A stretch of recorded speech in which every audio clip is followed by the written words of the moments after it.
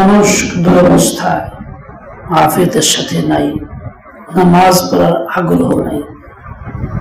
কত মানুষ আগ্রহ আছে পড়ে, কিন্তু কোনো জায়গা নেই, ঠাই নাই। ফিলিস্তিনের মুসলমানরা কতটা দুরবস্থা, কোথাও ঠাই নেই। মসজিদ অক্ষত নাই, মাদ্রাসা স্কুল অক্ষত নাই, বাড়ির জায়গাটা অক্ষত নেই। কতটাই পরিশান তারা। 8 মাস যাবত নির্যাতন চলছে জালেম ইহুদিদের, কিন্তু এতগুলি মুসলিম রাষ্ট্র আশপাশে একটাও আগায় আসতেছে না, শুধু ইরান কিছুটা। যখন দিলে মোহর লাগে তখনই এই অবস্থা।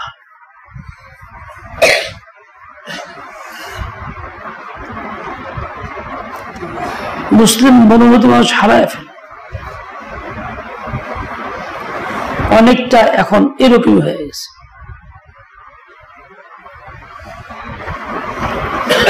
আল্লাহ আমাদের অনুভূতি ফিরিয়ে দেন, সেই বুঝ পয়দা করে। আমরা এতটাই অনুভূতিহীন, আগে যাব, জান দিব, সাহায্য দূরের কথা, একটু চোখের পানি ফালাইতেও আমরা রাজি না।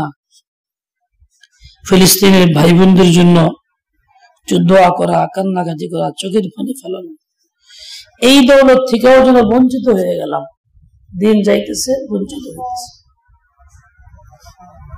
কত দুঃখজনক অবস্থা। দিল কতটা পাথর হয়ে গেলে এমন হইতে পারে। 36,000 বেশি মানুষ নিহত, যেখানে সেখানে আমার না জানি কত। আল্লাহ আমাদের হেদায়েত দেন, সহি বুঝ দেন, হেদায়েত দেন, সহি বুঝ দেন। আমাদের কর্তব্য হলো তাদের জন্য দোয়া করা, চোখের পানি ফেলানো, আল্লাহকে সুপারিশ করা। আমাদের কর্তব্য হলো তাদের সম্ভব সহযোগিতা। আমাদের কর্তব্য হলো তাদের জন্য আন্তরিক দোয়া করা।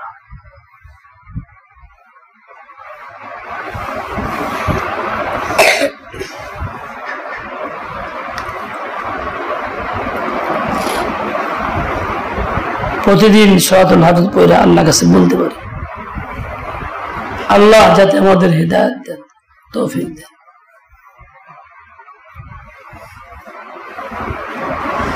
আল্লাহ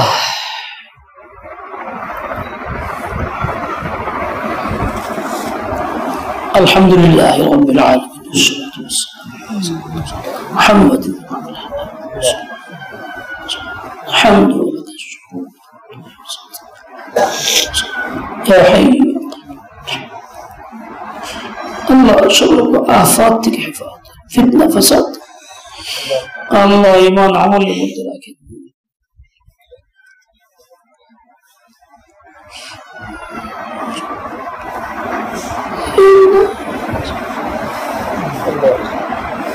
আল্লাহ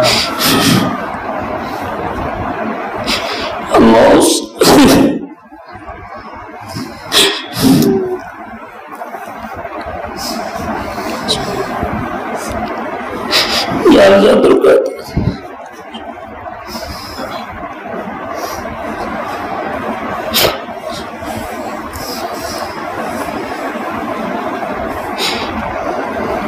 رحمتك يا أرحم